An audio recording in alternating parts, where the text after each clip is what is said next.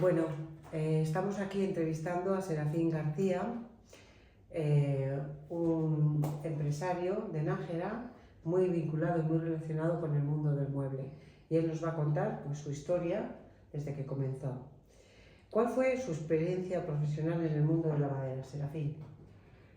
Por ser almacenista de maderas, pues claro, tuve relación con todos mis clientes, que eran todos los talleres y fabricantes que ha habido a lo largo de los años. Mis visitas han sido personales, entonces, y periódicas, porque continuamente, cada ciertos días, los visitaba para vender mis productos y si tenían novedades para explicarles qué era cada cosa. Había una ventaja de que ellos estaban trabajando en sus talleres a pie de máquina. Entonces yo entraba, en aquellos años no había oficinas, todo se hacía en los talleres y a mí me permitía, aparte de estar hablando con el cliente, observar si había, por ejemplo, materiales de mis competencias para estudiar el campo que a mí me interesaba. Muy bien, muy bien. ¿A qué años empezó a trabajar y qué le motivó? ¿Por tradición familiar, porque le gustaba o porque no había otra cosa en aquellos tiempos? Bueno, en aquellos tiempos, cuando yo era joven, pues es que no había nada. O tenías que ir al campo, ser albañil o meterte, si tenías suerte, en una carpintería.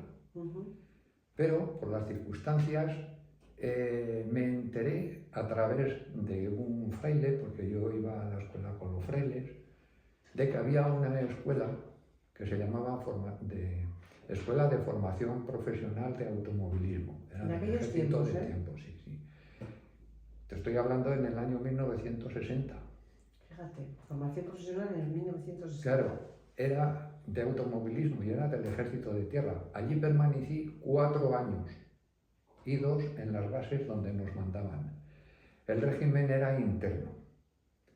Para entrar en esa escuela hubo que hacer unas oposiciones porque si todo era gratis, pues imagínate tú, en aquellos años que no había nada, a no ser gente de dinero que podía mandar a sus hijos a las universidades o institutos, los que no tenían nada que hacer. Bueno, yo con aquella oportunidad pues hice aquel examen, me admitieron y desde entonces, en el año 1960, pues estuve, como he dicho, 5 años allí. ¿Y luego? Bueno, después de eso, pues vine a Nájera, a casa, cuando terminé en el año 1967, que ya me licencié, pues estando con mi padre, pues me dijo, bueno, como ya estás preparado, puedes hacer lo que quieras. Sí, pero háblame de tu padre. ¿Quién era tu padre? Mi padre era Serafín García Martínez. ¿Sí? Tenía un almacén de tableros, era muy conocido. O sea, repartía en las Nájera, maderas, ¿no? Vendía los tableros, lo mismo que has oído que te he dicho yo ahora, pues él ya lo hacía. Si yo desde chaval, desde crío vi hacerlo y acompañé a mi padre también a los talleres a vender. Bien, era un tema que para mí era como andar por casa. Él me hizo una gran oferta que a mí me entusiasmó. Dijo, si te quedas en casa, vamos a hacer una cosa. Como no quiero tener a un hijo al sueldo, vamos a trabajar a partir de cuando te cases, al 50% trabajamos. Entonces hicimos una sociedad, los dos, una sociedad no registrada, sino trabajar a medias los dos al 50%. Claro, imagínate que te digan una cosa de esas, vamos, es que a mí todo se me hacía poco tiempo para ir a trabajar. O sea, la motivación fue inmensa, de tal forma que es que hasta todavía estoy motivado. O sea, toda la vida la he pasado motivado con eso. Para mí eso era lo fundamental. Y todo pues dio los resultados. Mi padre pues y yo estuvimos trabajando, como he dicho antes, en sociedad y hasta que se jubiló. Una vez que se jubiló, pues ya nos separamos, yo seguí mi camino y se incorporó mi mujer a trabajar conmigo. ¿Ah, sí? En la oficina. Y la tenía todo el día haciendo facturas con la máquina de escribir. Entonces entendí que yo tenía que llevar el negocio con informática. Pero mis conocimientos que tenía de contabilidad eran escasos. Entonces, para ponerme al día, ¿qué tuve que hacer? Estudiar contabilidad por correspondencia y hacerme contable. Porque por ley yo tenía que llevar la contabilidad general. Muy bien. También, cuando vine en el año 1967 y me puse a trabajar, como he dicho antes, pues el tema fiscal entonces era pobre, había poco de impuestos, pero poco a poco fueron creciendo. Y yo, desde el principio, con los impuestos, pues fui conociéndolos hasta el final. Entonces jamás me hizo falta ningún asesor fiscal, porque yo era mi asesor fiscal. Y jamás tuve un problema con ese tema. ¿Cómo lo conseguí? Bueno, pues entre muchas ganas que tenía de hacerlo bien, algún libro y mis visitas a la Hacienda para disipar mis dudas, pues lo conseguí. Muy bien. Una vez con todo eso, pues ya incorporé la informática, informaticé el negocio y, en fin, pues lo libré de maravilla. Muy bien. Así hasta mi jubilación. Muy bien. ¿Qué tipos de madera utilizaba Serafín? Pues bueno, pues empezó a utilizar bastante el nogal. Enseguida empezó a venir el embero, se hacían, en fin, era una novedad y estuvo así unos años. Después vino el sapeli, se hizo mucho con sapeli. Luego se incorporó el mucali. Entre todo eso, pues claro, hubo otro tipo también de maderas, pero que la lista sería muy larga. También hubo roble, castaño. Se puede decir que ahí es la mayor parte en aquellos años que se utilizaron. Muy bien. ¿Qué cambios importantes ha visto durante su proceso?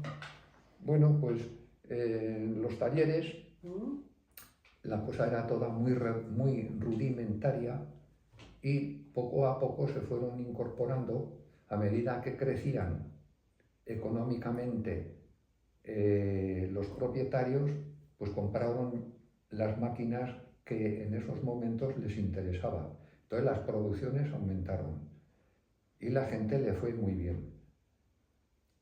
El trabajo, pues bueno, ya se empezaron a incorporar máquinas para manejar los tablones y todo, como llamaban los toros, una fenguis y tal. Y anteriormente todo ese material se movía a mano. Claro, era muy pesado. Claro. Esa fue una de las cosas que dio muchas ventajas. Y luego, tanto para la fabricación como el barnizado, pues se fueron incorporando las novedades que en esos momentos hacía. Seguía aumentando la producción, se necesitaba más mano de obra, en fin, y esa es una de las cosas. Ya no paró. Continuamente las incorporaciones de mejor maquinaria hasta llegar ya a los controles numéricos y todas esas novedades al final, pues fue una evolución continuada. Muy grande. Porque yo entiendo que en un inicio los tablones los llevaban enteros, ¿sí?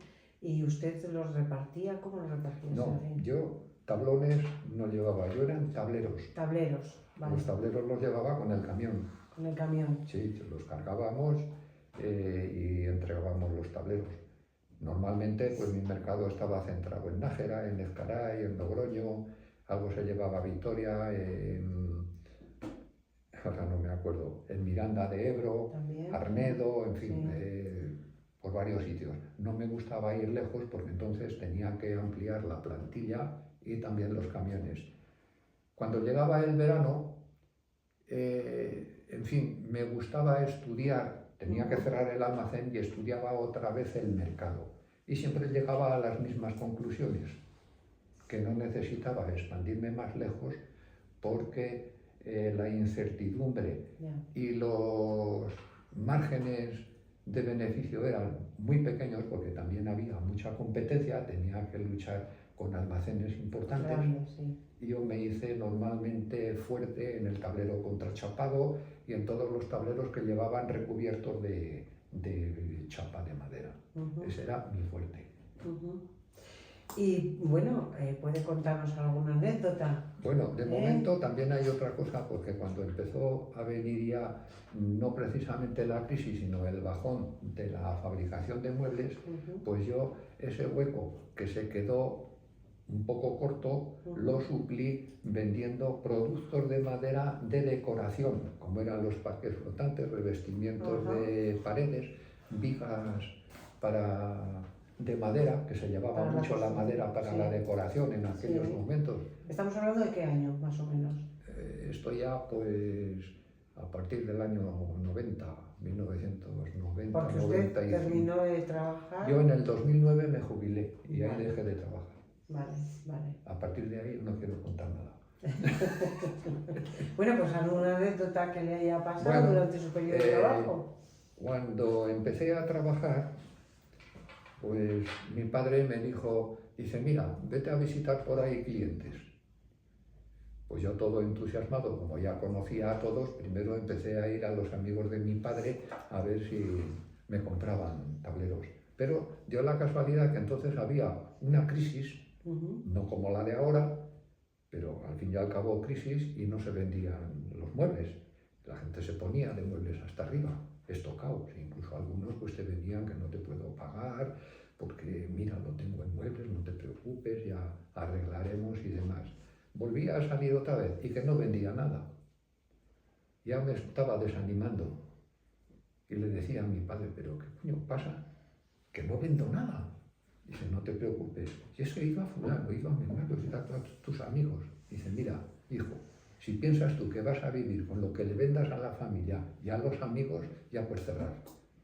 Entonces aquella enseñanza se me quedó grabada, se la digo a todo el mundo cuando va a empezar algún negocio, que se olvide de todo eso. Y en fin, así espabilé. Pues muchas gracias, Serafín, por tu entrevista. Ha sido un placer entrevistarte y aprender de toda tu sabiduría. Gracias. Muy bien.